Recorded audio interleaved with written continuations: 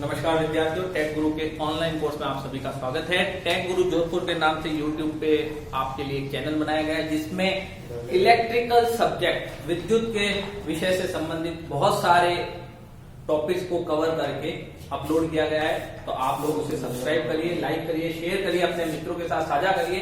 कोई भी समस्या है तो टेलीग्राम पे एक ग्रुप बना रखा है, आप अपनी समस्याएं उन पे शेयर कर सकते हैं। तो उसी कड़ी में लास्ट लेक्चर में हमने देखा था प्योर रेजिस्टेंस, प्योर इंडक्टर और प्योर कैपेसिटर का क्या बिहेवियर रहता है एक इलेक्ट्रिकल सर्किट में। अब कॉम्बिनेशन अगर बनाया जाए, जैसे पहला कॉम्बिनेशन बनाया आरएल सर्किट मीन्स आरएल अगर श्रेणी में जुड़ जाए प्रतिरोध और इंडक्टर तो उनका बिहेवियर कैसा होगा। तो यहां उसको समझाया गया है परिपथ में। एक सर्किट है जिसके अंदर आर और एल कॉम्बिनेशन में जुड़े रहे। जब इसको वोल्टेज सप्लाई दी जाती है इसमें धारा प्रवाहित होगी। आर के अक्रॉस वोल्टेज वी आर और वी एल। वी आर ओम के नियम से आई इंटू आर होता है, V L I into XL होता है। जब इसको सॉल्व किया जाता है तो वी बराबर बनता है under root V R square plus V L square. क्योंकि ये जो वी आर और वी एल है ये वास्तव में एक सिंपल योग नहीं है, इसे हम सदिश योग कहते हैं। इस कारण से जब इनको जोड़ा जाता है तो इनका मापांक स्क्वायर होके जोड़ा जाता है, V R square plus V L square. V बराबर क्या हो जाएगा आई इंटू जेड। जब ये कॉम्बिनेशन में होते हैं तो इसको एक कांस्टेंट से शो किया जाता है जिसका नाम है प्रतिबाधा, इंपीडेंस, जिसे जेड कहा है। तो आई इंटू जेड, यहां से ये वैल्यू पुट की आई बाहर आ जाएगा, बचाइए। तो जेड बराबर under R square plus XL square exam में पूछा जाने वाला एक सूत्र आईटीआई वालों के लिए। अब ये जो सारा कुछ पड़ा इसको सदिश चित्रण में हम समझने की कोशिश करते हैं। क्योंकि श्रेणी परिपथ है तो इसमें क्या धारा समान रहती है। तो धारा समान रहती है तो ब्लू कलर की एक मैंने लाइन ड्रॉ की है जो धारा को बता रही है। अब पहला सर्किट मेरा क्या है, सर्किट में प्रतिरोध। तो प्रतिरोध के केस में कहा जाता है कि प्रतिरोध में जो वोल्टेज होता है, प्रतिरोध के सिरों पे जो वोल्टेज है वी आर, वो धारा की दिशा में होता है। तो यहां देखिए वी आर को बनाया गया धारा की दिशा में। अब नेक्स्ट कौन सा एलिमेंट है, एल। तो एल के सिरों पे वोल्टेज क्या है, वीएल। तो वीएल हमने पढ़ा था शुद्ध प्रेरकत्व में कि वीएल आई से 90 डिग्री आगे होता है। तो ये देखिए एंटी क्लॉकवाइज डायरेक्शन में 90 डिग्री आगे हो गया। और जब इस बिंदु को इस बिंदु को मिलाया जाता है तो ये आपको कुल विभव का मान देता है। और यहाँ पे ये वी और ये जो आई है इनके मध्य कोण बनता है फाई। तो स्टार मार्क करके ये भी क्वेश्चन पूछा जाता है कि जब आरएल कॉम्बिनेशन होता है परिपथ में तो वोल्टेज धारा से केवल 5 कोण आगे होता है। तो जो शुद्ध प्रेरकत्व में 90 डिग्री आगे चल रहा था वो यहाँ पे 5 कोण एंगल रहेगा। tan फाई क्या होगा, तो देखिए ये पाइथागोरस प्रमेय लगता है।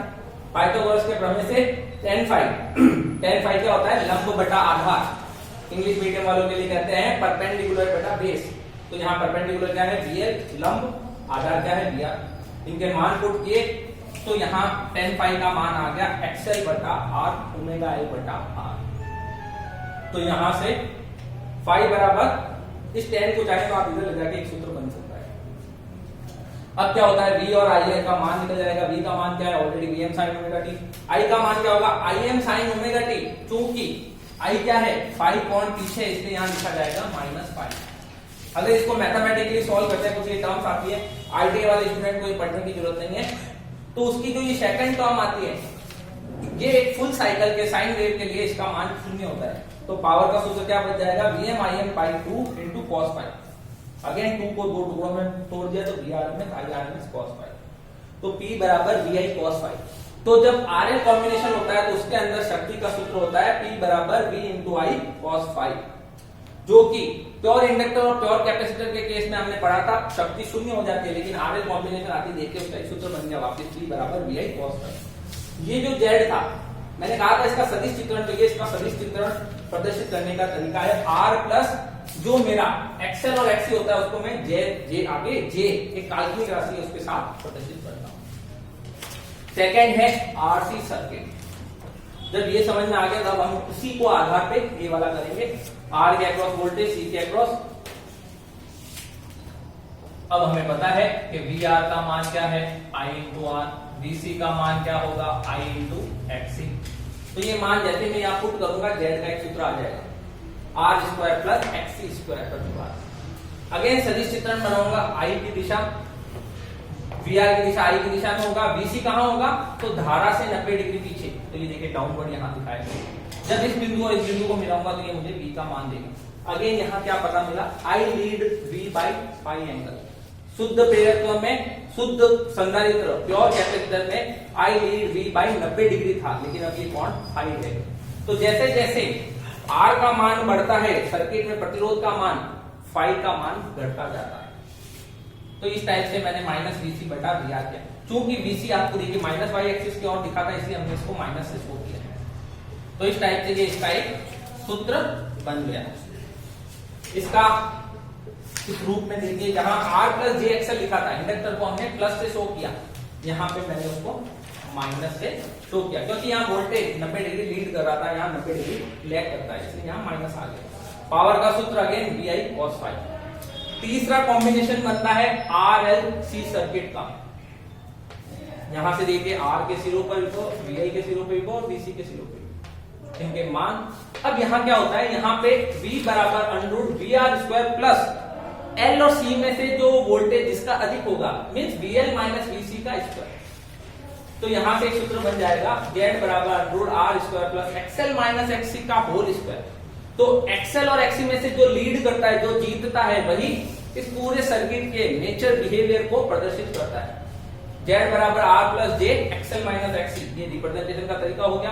अब यहाँ पे इसको सदिश चित्रण से दिखाया गया। आई की दिशा में अगेन किया, VL कहां होगा ऊपर की तरफ, VC कहां होगा नीचे। अब मान लीजिए VL का मान जाता है, first case VL greater than VC, तो क्या होगा VL माइनस VC, VL ज्यादा होगा तो ये चित्र को अपनी ओर ऊपर की तरफ खींचेगा, ये वाला चित्र बनना शुरू हो जाएगा। तो यहाँ फर्स्ट केस लिखा है, यदि VL is greater than VC या XL ग्रेटर देन XC, तो परिपथ प्रेरकीय प्रकृति का होगा, अर्थात V leads I by angle phi.